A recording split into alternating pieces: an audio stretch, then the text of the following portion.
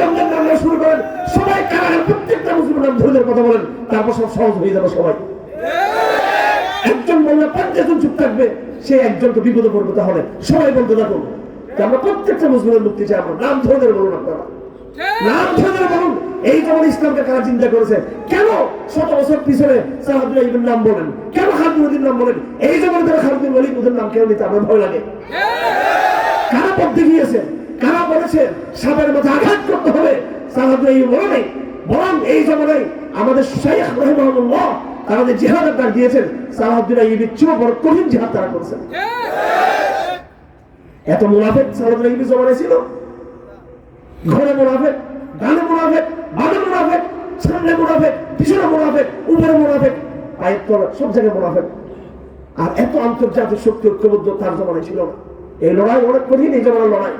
এবং দাজ্জালি ফিতনার সাথে মোকাবিলা করতেছি আমরা।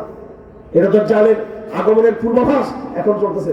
আজকের জমানায় যারা আল্লাহর দ্বীনের জন্য কাজ করতেছেন, ইনশাআল্লাহ আমরা যদি দাজ্জালের ফিতনা সরাসরি মোকাবিলা করতে না পারি, তাও আমরা সওয়াব পাবো। কারণ অলরেডি দাজ্জালের আগমনের সমস্ত আয়োজন সম্পন্ন হয়ে গেছে এখন। তো যেটা বলতেছিলাম যে আজকে বিষয়গুলো কঠিন হয়ে যাচ্ছে দরবারি কিছু লোকদের জন্য, বুঝে না বুঝে কোরআনকে তাহরিফ করার জন্য। হয়তো আপনাদের অনেকের কষ্ট পেতে পারেন। আমি বলেছি যে কিছু আমাদের কথা, এটা সালাফের বক্তব্য, এটা ইবনে কাসির নকল করেছেন। এই উম্মতের যারা আওয়াম, তাদের মধ্যে কেউ কেউ পথভ্রষ্ট হবে খ্রিস্টানদের মতো, আর এই উম্মতের ওলামাদের মধ্যে কেউ কেউ পথভ্রষ্ট হবে ইহুদিদের মতো। আপনারা বলবেন এটা ইবনে কাসিরের কথা। রাসূলুল্লাহ বলেছেন, লা ইয়াতিয়ান্না আলা উম্মতি কামা আতা আলা বনি ইসরাঈল, আমার উম্মতের উপরে এমন অবস্থা আসবে যে অবস্থা বনি ইসরাঈলের উপর আসছিল। আমি কোরআন শরীফ নিয়ে অনেক গবেষণা করছি কারাগারে। এবার 2021 থেকে 23 সাল, আগে 2013 সাল থেকে 16 সাল, এর আগে 2009 সালের কিছু, 2010 সালের কিছু সামান্য সময়। প্রত্যেকটা বারবার 5 বছর কারাগার কাটিয়েছি আমি। আল্লাহর কসম, আমি কোরআন শরীফকে নিয়ে গবেষণা করছি। আমি আমার দিলে পুরো কোরআন শরীফের হয়েছে কিনা বলতে পারবো না, কিন্তু কোরআন শরীফের অনেক বড় একটা অংশ আমার ইনশাআল্লাহ হয়ে গেছে আমার, আলহামদুলিল্লাহ। কোরআন কারীমের আমি সিরাতে মুস্তাকিম বুঝে গিয়েছি, এটার ব্যাখ্যা বুঝে গিয়েছি। আল্লাহ পাক সুবহানাহু ওয়া তাআলা কেন আমাদেরকে বারবার এই সূরা ফাতিহা নামাজের মধ্যে পড়তে বাধ্য করছেন। আমরা তিরমিজি শরীফ আজকে 20 বছর পড়াই, আমি 20 বছরের কাছাকাছি তিরমিজি পড়াই। তখন করতে করতে আমার গলা বসে গেছে আমার, কারণ ঝামেলা হয়ে গেছে কথা বলতে বলতে। এত মোথালা আর কোন যুবক, আমি গর্ব করতে চাই না, আমাদের সর্বস্ব তরুণরা মার শুনুন কত শত কত ডজন মোথালা আমার করতে হয়েছে, এটা হিসাব নাই। হ্যাঁ, এই যে তকরির করতে করতে এবং বই লিখেছি, মাবাদিল হানাফিয়া ফিল হাদিস, উসুলের উপর বই লিখেছি। যারা আমার খাস ছাত্ররা জানে যে কিভাবে আমরা উসুলের হাদিস দিয়ে ছাত্রদেরকে বোঝানোর চেষ্টা করি। হয়তো আমরা ফেমাস করে নেই আর কি, সেটা ভিন্ন জিনিস, কিন্তু সেটা ভিন্ন জিনিস। ফাতিহাতুল কিতাব, সূরা ফাতিহার তাকরীর, আমিন বিল জিহাদ তাকরীর, সেটা ভিন্ন আলাপ। কিন্তু মূল সূরা ফাতিহা কেন পড়তে বাধ্য করা হলো আমাদেরকে, এখানে আকীদার কি মেসেজ, এটা বুঝছি কিন্তু অনেক পরে। আমরা তাকরীর করছি হাদিসের, এটা কি ওয়াজিব নাকি ফরজ, এটা খবর ওয়াহিদ নাকি খবর মাশহুর, কিতাবুল্লাহ জিয়াদত হবে কিনা, এই যে মসলাগুলো এখানে আছে। কত বড় মারাকাতুল আরা বহস, খারাপ খালফুল ইমাম, এবং বিশেষ করে সূরা ফাতিহা। আমি যখন কাতারে গেছি, এক বড় স্কলারের কাছে, অনেক বড় আলেম, ইউসুফ আল কারজাবি চেয়ে বড় আলেম। আমার আব্বা বলছে আমরা একটা ব্যাংক করবো, ওনার কাছে গিয়ে একটু কিছু সাহায্য নিয়ে আসো। সাহায্য ওটা টাকা না, অর্থাৎ কিছু তাত্ত্বিক রিপোর্ট ব্যাংকিং এর জন্য। ওনার নাম ডক্টর আলী আস-সালুস রাহিমাহুল্লাহ, সালাফি ধারার আলেম ছিলেন, অনেক বড় মুস্তাহিদ জিহিদ আলেম ছিলেন। উনি যে ডক্টর সালাফি আমি জানতাম না। ওনাকে গিয়ে যখন আমি বললাম যে আমি হানাফি, অত চোখের বড় বললো। তারপরে বললাম কথায় আছে যে আমরা এটা মানি না, এগুলো মুস্তাহাব ফি, এসব যারা বললাম এটা আমরা নিতে পারি না। যখন বললাম কি একটা বিষয়, বেচাকিনার বিষয় নিয়ে বললাম হাদিসটা মুস্তাহাব ফি, সুতরাং এটা আমরা নিচ্ছি না। তো আরো বড় করে তাকালো। যখন বড় করে তাকাচ্ছে, আমি বললাম শেখ আপনি ভয় করছেন কেন? কারণ আমি কিছু বলতে উনি বলতেছে সূরা ফাতিহা কি মুস্তাহাব ফি? আমি শেখ এটা তো মুস্তাহাব ফি সূরা ফাতিহা, কারণ দুপক্ষে দলিল আছে, পড়া না পড়ায় মনে আমার ঘাট ধরে বাইরে করে দিব, এই অবস্থা হয়ে গেছিল। আমি মেহমান সেজন্য পড়া নেই, অনেকক্ষণ এইভাবে চোখ দিয়ে কতক্ষণ আমার করবো, আঘাত করতে হবে, আগা করে তাকাইব। তো বলতেছে এটা মুস্তাফি না, এটা একেবারে কতরি, এটা ওনাদের বক্তব্য। যাই হোক, সূরা ফাতিহার ইখতিলাফ, এটা আমাদের ঘরের ইখতিলাফ, ভিতরের, এটা বড় ম্যাটার না। সূরা ফাতিহা পড়া ওয়াজিব, ইমামের পিছনে নাকি ওয়াজিব না, এটা পড়তে হবে কি পড়তে হবে না, কিন্তু সূরা ফাতিহার যেটা মেসেজ, যেটা বার্তা, সেটা হলো ইহদিনাস সিরাতাল মুস্তাকিম সিরাতাল লাযীনা আন'আমতা আলাইহিম গায়রিল মাগদুবি আলাইহিম ওয়ালাদ-দাল্লিন। দোয়া কি এটা? দোয়া কি এটা? এই দোয়াটা প্রত্যেক নামাজের মধ্যে, প্রত্যেক রাকাতে পড়তে আমাদেরকে বাধ্য করা হয়েছে। যারা সূরা ফাতিহাকে ফরজ মনে করে তারাও পড়ে, আর যারা সূরা ফাতিহাকে আমরা ওয়াজিব মনে করে তারাও আমরা পড়ি। একদিনও কি সূরা ফাতিহা বাদ দিয়েছি আমরা? খবর ওয়াহিদ বুঝেন তো আপনারা? খবর ওয়াহিদের হুকুম কি? যদিও খবর ওয়াহিদ ব্যাপারে আমরা বলি লা ইউফিদুল ইলম লা ইউফিদুল কত'আ, এর কতইয়ের ফায়দা দিবে না, কিন্তু সেটা আমলকে সাবিত করবে।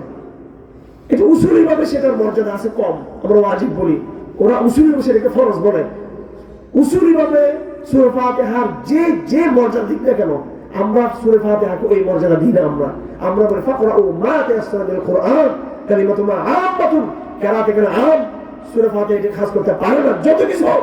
তারপরও ইমাম আবু হানিফা রাহমাতুল্লাহ আলাইহি থেকে শুরু করে আজ পর্যন্ত কোন হানাফি এক দিনের জন্য, একটি রাকাত নামাজের জন্য, এক বেলার জন্য, এক রাকাতের জন্য সূরা ফাতিহা কি কেউ বাদ দিয়েছে? কেউ বাদ দিয়েছে কিনা? এলমি ভাবে ভিন্নতা আছে, আমলিতে কোনো ভিন্নতা নাই। তাহলে আমরা উম্মত ঐক্যবদ্ধ, এই উম্মত মুহাম্মদী ঐক্যবদ্ধ সূরা ফাতিহার জন্য। কেন? কি মেসেজ আমরা বুঝি নাই। দুঃখজনক ভাবে আমাদেরকে এইভাবে বোঝানো হয়নি, আমাদেরকে এইভাবে বোঝানো হয়নি। স্পষ্ট মেসেজ, ওয়ালাকাদ ইখতারনাহুম আলা ইলমিন। আল্লাহ পাক বনি ইসরাঈল সম্পর্কে কি বলছেন? ইয়া বনি ইসরাঈল উযকুরু নি'মাতাল্লাহি আলাইকুম, হে বনি ইসরাঈল আল্লাহর নিয়ামতকে স্মরণ করো। হ্যাঁ, ওয়ালাকাদ ইখতারনাহুম, বনি ইসরাঈলকে আমি সারা বিশ্ববাসীর উপরে আলাদা করে নির্বাচিত করেছি। আমি তাদেরকে নেতৃত্ব দেওয়ার জন্য তাওরাতের মতো কিতাব দিয়েছি। মানব ইতিহাসে তাওরাত হলো সবচেয়ে শ্রেষ্ঠ কিতাব কোরআনের পর, কথা ঠিক কিনা? আমাদের নবীজির পরে সবচেয়ে বড় নবী হলেন মুসা আলাইহিস সালাম, আমাদের নবীজির পর। আমাদের মক্কার পরে সবচেয়ে বড় পবিত্র ঘর হলো মদিনা, মক্কার পরে বাইতুল মুকাদ্দাস, কথা ঠিক কিনা? সবগুলো তাদের ইহুদিদের। এত নিয়ামত, এত নবী, এত বাদশাহ, এত রাজা, সুলাইমানের মতো বাদশাহ তাদের। ইব্রাহিম জাতির পিতা, হ্যাঁ, সরাসরি ইহুদিদের সাথে ইব্রাহিম আলাইহিস সালামের সম্পর্ক। করিম ইবনুল করিম, ইউসুফ থেকে শুরু করে আরো পরে। আর আমরা কোথায় ইসমাইল ইসলাম হাজার বছর আগে, এর মাঝখানে আর কোন সন্তান আসে নাই, একজন নবী পাওয়া যায় না ইসমাইলের গর্ভে, ইসমাইলের বংশধরে। আমাদের নবীজি আছে শেষ নবী। কত নিয়ামত আল্লাহ বনি ইসরাঈলকে দিয়েছে। এরপর খ্রিস্টানরা আসলো, আল্লাহ সুবহানাহু ওয়া তাআলা এদেরকে এত নিয়ামত দিল, বনি ইসরাঈলকে আর পদচ্যুত হলো, ধ্বংস হলো। এরপর আল্লাহ সুবহানাহু ওয়া তাআলা খ্রিস্টানদেরকে আল্লাহ দুনিয়াতে পাঠালো। সবাই বেইমানি করলো, বিশ্বাসঘাতকতা করলো, মুনাফিকি করলো, গোমরাহ হয়ে গেল। তাওহীদের জায়গায় শিরককে গ্রহণ করলো, ঈমানের জায়গায় কুফরকে গ্রহণ করলো, সুন্নাহর জায়গায় বেদাতকে গ্রহণ করলো। এখন আল্লাহ সুবহানাহু ওয়া তাআলা সিদ্ধান্ত নিয়েছেন যে আমি মানব জাতির জন্য শেষ একটা উম্মত পাঠাবো। এই উম্মত যেন ধ্বংস না হয়ে আর যেন বনি ইসরাঈলের মতো না হয়। এই উম্মত যেন বনি ইসরাঈলের জন্য আমি মুসাকে পাঠিয়েছিলাম, আমি হারুনকে পাঠিয়েছিলাম, সুলাইমানকে পাঠিয়েছি, দাউদকে পাঠিয়েছি, ইউশাকে পাঠিয়েছি, জাকারিয়াকে পাঠিয়েছি, ইয়াহইয়াকে পাঠিয়েছি। হাজার নবী আমি তাদের মধ্যে পাঠিয়েছি, হাজারো নবী এবং এতগুলো কিতাব, তাওরাত, জবুর, ইনজিল, এতগুলো আসমানি কিতাব, এতগুলো নবী, তাদেরকে তাদের গোমরাহি থেকে ঠেকাতে পারে নাই, গোমরাহ হয়ে গেছে। এই উম্মত, এই কোরআন শরীফ, একটা কোরআন শরীফ, একজন মাত্র নবী মুহাম্মদ, একটা কোরআন, একটা নবী নিয়ে এই উম্মত ধ্বংস হবে, এটার কি গ্যারান্টি? এতগুলো কিতাব নিয়ে, তাওরাত, জবুর, ইনজিল, তিনটা গ্রন্থ নিয়ে এরা গোমরাহ হয়ে গেছে। এত নবী আসার পর এরা গোমরাহ হয়েছে। সুতরাং এই উম্মত স্বাভাবিকভাবে ইহুদি খ্রিস্টানদের মতো গোমরাহ হওয়াটা স্বাভাবিক ছিল, কথা ঠিক নাকি বেঠিক? কিন্তু আল্লাহ সিদ্ধান্ত নিয়েছেন এরা শেষ উম্মত, এরা আখেরি উম্মত, এদেরকে আমি গোমরাহ হতে দিব না। জাতির, মানব জাতির সর্বশেষ চূড়ান্ত অ্যাবসলিউট নিরঙ্কুশ নেতৃত্ব আমি দেব মুহাম্মদের উম্মতকে, এরা যেন গোমরাহ হতে না পারে। এক মহা তাবিজ মহা কৌশল, মহান অস্ত্র আল্লাহ পাক দিলেন সূরা ফাতিহার মাধ্যমে আমাদেরকে, এবং প্রত্যেক নামাজে দোয়া করতে বলা হয়েছে, হে আল্লাহ আমাদেরকে সিরাতে মুস্তাকিমে রাখেন, ওই দললিদের মতো, ওই মানদুবালিনদের মতো আমাদেরকে করিয়েন না, ইহুদি খ্রিস্টানদের মতো করিয়েন না। এমনি দোয়াটা, ডাক্তার ওষুধ কখন দেয়? যখন কি রোগ থাকে। নিশ্চয় একটা সম্ভাবনা আছে এই উম্মতের, তারাও আগের উম্মতের মতো পদচ্যুত হতে পারে, আছে না নাই? এমকান আছে, আকলি এমকান আছে, এখানে হতে পারে। হ্যাঁ, কোনো সমস্যা নেই, এগুলো বরফের জায়গায় ছিলাম, রুগী ঠিক আছে, যাই হোক। আচ্ছা, তো এখন আকলি ভাবে এমকান আছে কিনা যে এই উম্মত ইহুদিদের মতো কি হবে? নষ্ট হবে। ইহুদের মতো কি হবে? নষ্ট হবে। আল্লাহ পাক সুবহানাহু ওয়া তাআলা পরিকল্পিতভাবে প্রত্যেক সালাতের মধ্যে, প্রত্যেক নামাজে, প্রত্যেক রাকাতে ইহুদিদেরকে গালি দিতে বলছে, আমাদেরকে খ্রিস্টানদেরকে গালি দিতে বলছে। দাল্লিন মাগদুব আলাইহিম বলছে কিনা? এমনি বিবর্তনবাদের মতো। কেমনে বিবর্তনবাদ? অর্গানিজম, মানুষ কেমন বলে এমনি আসছে। ইতিহাস এরকম কেমন আসছে? আল্লাহ বলতেছে ইতিহাস পরিকল্পিত, আমি জমানার ইতিহাসকে তৈরি করি। ওরা বলে ইতিহাস হচ্ছে এমনি ইতিহাস। ওদের বই আমি সব পড়ে আসছি, লেখছে ইতিহাসের বস্তুবাদী ব্যাখ্যা, ক্রিয়া প্রতিক্রিয়া। হ্যাঁ, এই নাস্তিকরা বলে ইতিহাস যে নতুন ইতিহাস তৈরি হয় ক্রিয়া প্রতিক্রিয়ার মাধ্যমে এমনি আসে। আর মানুষ মাছ থেকে, বানর থেকে, ব্যাংক থেকে, ওখান থেকে, সেখান থেকে, সমুদ্রের তলদেশ থেকে, কীট পতঙ্গ থেকে এমনি আসছে মানুষ। তো সূরা ফাতিহা এমনি আমরাও এমনি পাঠি, নাস্তিকরা হলো কি এমনি পাঠি। এখন ইতিহাস এরকম কেন? আল্লাহ বলে আমার হুকুমে ইতিহাস এরকম, কথা ঠিক কিনা? আর 100 বছর পরে আমার হুকুমে এরকম হবে, আর 100 বছর পরে আমার হুকুমে এরকম হবে। হ্যাঁ, আমার হুকুমে আফগানরা একবার লাঠি মারবেন কাকে? ব্রিটিশকে। আর এক লাঠি মারবে রাশিয়াকে, আর এক লাঠি মারবে চূড়ান্ত আমেরিকাকে। এরপর আফগানরা কোনো লাঠি আর ওই দেশে মারতে পারে, লাঠিগুলো অন্য দেশে পড়বে এদের। এখন নাস্তিকরা বলে এরকম কেন হচ্ছে? আফগানরা এরকম করছে, এমনি এইভাবে ইতিহাসের পরিবর্তনকেও তারা বলে এমনি, এবং মানুষের জন্মকে তারা বলে কি এমনি হয়েছে। তো ওদেরকে জিজ্ঞাসা বিবর্তনবাদীদেরকে যে তাহলে মানুষের যে কাঠামো, এটা বর্তমান যে স্ট্রাকচার, এটার বয়স কত বছর? পরে এটার 40 বছর, 40,000 বছর বয়সের বয়স, আন্দাজ একটা বলে দিল আর কি। যাই হোক, এখন আমরাও মুসলমানরাও ওই নাস্তিকদের মতো সূরা ফাতিহা পড়ছি এমনি, এটা বলতেছি আমি, কথা ঠিক কিনা? বুঝিয়ে পড়ি নাই। কি বলি নাই? বুঝিয়ে পড়ি নাই। আমার ভাইয়েরা, কোনো সন্দেহ আছে? আজ যখন আমরা গর্ব করি বলি 100 কোটির বেশি মুসলমান, 150 কোটি মুসলমান, আপনি দুটো হাত দিয়ে বলেন বেশিরভাগ 50 কোটির চেয়ে আর বেশি মুসলমান মুনাফিক মুসলমান, মুরতাদ মুসলমান, নাকি সত্যবাদী মুসলমান? আপনারা বলেন।